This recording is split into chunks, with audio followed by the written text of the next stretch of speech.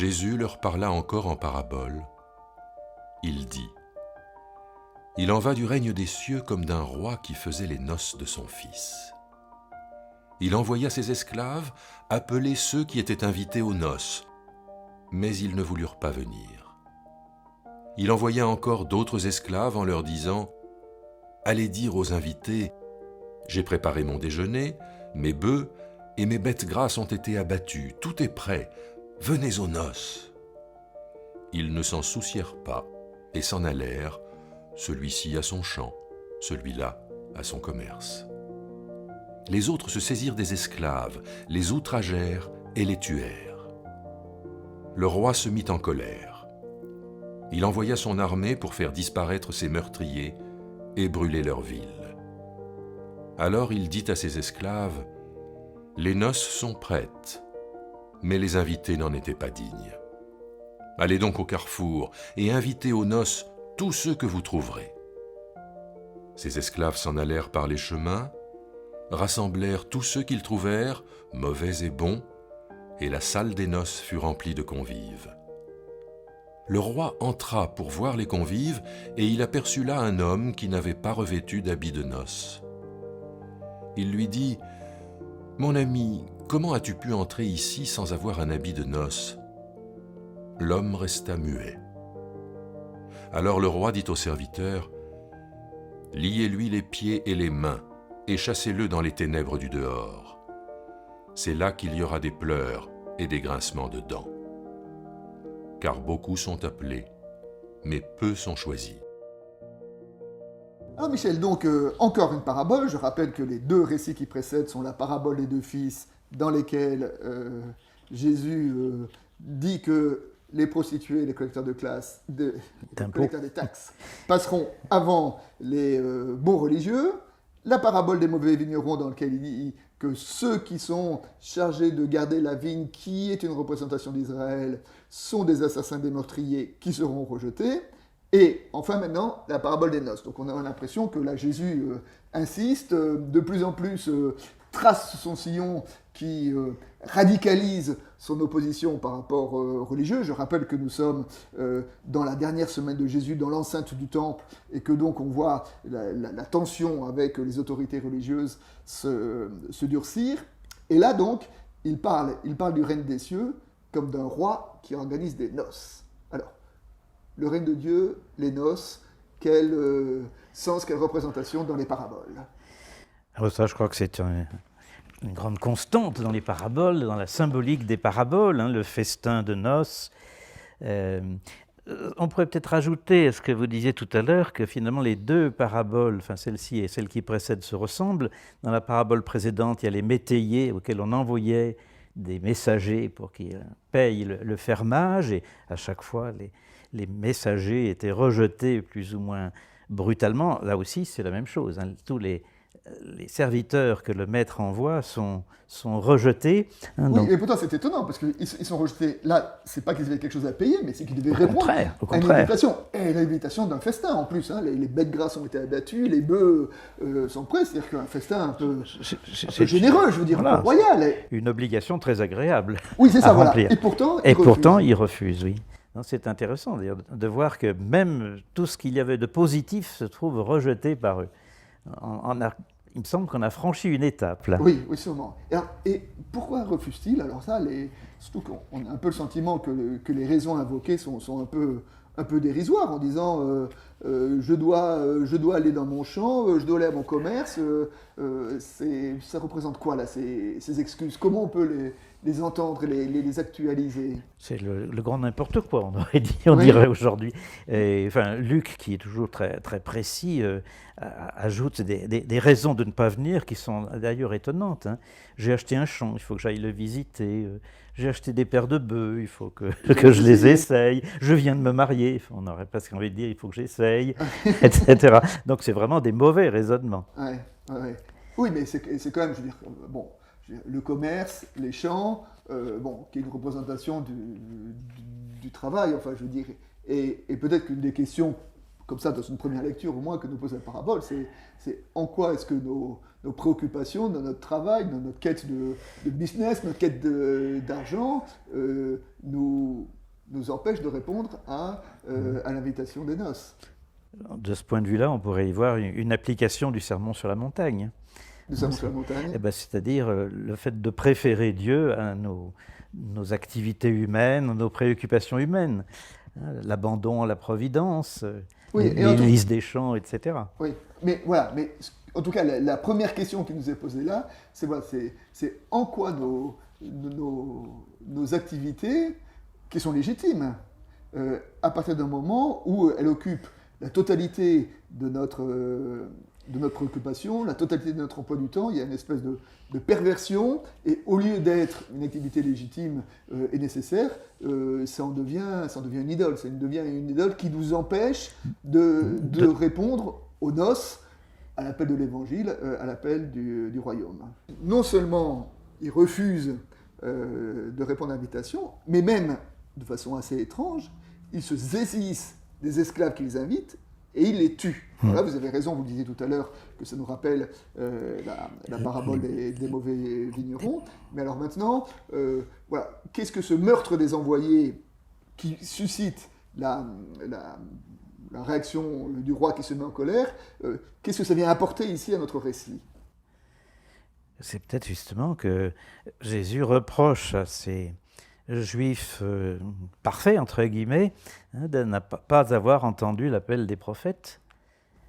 Non seulement de ne pas les avoir entendus, mais de les avoir tués. Et de les avoir tués, oui. Ben, il le dit d'ailleurs. Et il rajoute peut-être encore à leur crime en construisant de magnifiques tombeaux pour les prophètes. Ok, alors là, on retrouve encore ce retournement, et ce retournement qui disent que, voilà, que à ces religieux qui se considèrent eux-mêmes comme étant les gardiens d'Israël, c'est-à-dire ceux qui conduisent sur la bonne voie, Jésus leur dit, mais en fait, vous êtes les meurtriers de ceux que vous défendez. Donc, vous n'êtes pas du mauvais côté, mais vous êtes du mauvais côté de la barrière, d'une certaine manière, pourrait-on dire. Vous dites que si vous aviez été là, vous n'auriez pas tué les prophètes. Mais si, vous êtes en train de les tuer par votre comportement. Bon, les serviteurs qui sont envoyés pour pour appeler les invités au festin ont été tués. Et alors à ce moment-là, réaction du roi, il envoie d'autres serviteurs, et là il envoie d'autres serviteurs aller chercher tout le monde. Alors comment est-ce qu'on peut interpréter cette deuxième étape, je dirais, dans la parabole? C'est intéressant d'ailleurs les mots qui sont utilisés. Oui. Il les envoie sur les places d'où partent les chemins, littéralement. Oui. Il les envoie aux sorties des chemins, on pourrait dire, il les envoie aux frontières. Et alors, est-ce que c'est une façon d'annoncer l'universalité du message évangélique, aller par le monde entier, etc. C'est une question qu'on peut se poser. Ah, mais enfin, moi, je le crois assez volontiers, enfin, que c'est en tout cas une lecture de cette parabole, que parce que les premiers invités refusent, il y a une ouverture et une extension du message qui va au-delà des premiers invités et qui va vers l'universel. Comme vous le disiez, je veux dire, aux frontières, sur les chemins, dans le parallèle de l'évangile de Luc, il y a une belle phrase dans laquelle le roi dit « Va dans les grandes rues des villes, comme dans les petites, amène ici les pauvres, les estropiés, les aveugles, les infirmes, va par les chemins le long des haies. » Donc il y a vraiment cette dimension de l'universel qui est, voilà, l'invitation s'adresse à tous. Tout à fait. D'ailleurs, c'est dans le texte lui-même. Tous ceux que vous trouverez, invitez-les. Oui. Ils rassemblèrent tous ceux qu'ils trouvèrent, etc. Voilà. Et alors Luc pousse encore un peu plus loin le bouchon en disant, et même s'ils ne veulent pas venir, forcez-les à entrer. On connaît dans l'histoire l'interprétation malheureuse. Voilà, et le fameux traité sur la tolérance de Pierre Bell, comme c'était l'usage au XVIIe siècle, il a un titre qui a toute une page, dans laquelle il est démontré l'inanité de l'idée d'Augustin qui voulait forcer les païens à se convertir, etc. À partir de ce verset. À partir de ce verset, en le prenant de façon littérale. Voilà. Revenons chez Matthieu. Et d'ailleurs, quand on dit tous, appelez tous, et il y a une chose qui a attiré mon regard dans cette parabole, c'est quand on dit les esclaves s'en allèrent par les chemins, rassemblèrent tous ceux qui s'y trouvaient mauvais et bons. Les mauvais comme les bons, oui. Donc c'est-à-dire que tout le monde est invité, y compris les mauvais. Y compris les mauvais, oui. Hein? Oui, c'est l'universalité complète. Voilà. Et alors que, voilà, que cette ouverture est vraiment un appel universel. Tous, ils sont dans la salle des noces. Ce qui est une façon quand même de critiquer les pharisiens qui considéraient qu'il y avait les bons et les mauvais. Tout à fait. Ceux qui étaient fidèles à la Torah et les autres. Ceux qui étaient fidèles étaient à l'intérieur et les autres étaient à l'extérieur. Et là, Jésus dit, ils y sont tous. Ils sont tous dans... Ceux de l'extérieur, ça se trouve dans la deuxième aux Corinthiens, je crois. Ça veut dire les païens pour Paul. Ouais. Il a regardé un petit peu ses réflexes d'antan. Et parmi ces tous, il y en a un qui n'a pas revêtu l'habit de noces. Donc la parabole joue sur l'opposition entre le tous et le un. Oui. Tous, les bons, les mauvais, et un qui n'a pas revêtu l'habit de noces. Et qui est ce un? Eh bien, ce un, évidemment, c'est moi. Oui. Hein? C'est-à-dire que le c'est-à-dire que le message de la parabole, là, c'est de dire, ne t'occupe pas des autres ils y sont tous, les bons, les mauvais. Mais toi, as-tu revêtu l'habit de noces? Et que d'une certaine façon, c'est une invitation, et là c'est une invitation qui ne s'adresse plus aux premiers invités, mais qui s'adresse à tous ceux qui sont dedans, en disant, voilà, vous avez répondu, mais maintenant, avez-vous revêtu l'habit de noces? Et c'est ce fait de revêtir l'habit de noces, et celui-là qui n'a pas revêtu l'habit de noces se trouve rejeté à l'extérieur. Et là, je voudrais citer cette réflexion de Kierkegaard. Kierkegaard disait la chose suivante. Je suis littéralement certain que tout autre que moi accédera à la béatitude. Dire aux autres, vous êtes perdus pour l'éternité, voilà qui m'est impossible. Mais pour moi, une chose est sûre, tous les autres seront bien heureux si bien assez. Pour moi seul, l'affaire est aléatoire. C'est-à-dire que la question du rejet, et là, dans cette parabole, à la fin, il y a quand même un phénomène il y a un rejet, oui. de rejet. Et que le rejet ne doit jamais s'adresser aux autres. Les autres, ils y sont tous, les bons, les mauvais. Le rejet, c'est de dire, est une éventualité pour toi. Alors, non pas qu'il faille avoir peur d'être rejeté, mais en ce qu'il faut se poser de façon un petit peu sérieuse cette histoire de l'habit de noces en disant que pour nous et pour nous seuls, cette question est une question de vie et de mort. Et donc, de laisser cette parabole, au début, elle était bien critique par rapport aux religieux, ça nous allait bien, mais que là, tout à coup, à la fin, il y a aussi une pointe qui s'adresse à chacun des lecteurs en disant « Et toi, as-tu revêtu l'habit de noces ?» Et donc, le message de la parabole est un message qui est à l'ouverture, à l'universel, et qui s'adresse à chacun d'entre nous. Ça me rappelle un peu Didyme, le fameux Didyme, le jumeau. On ne parle jamais, en fait, de son jumeau, il est toujours tout seul.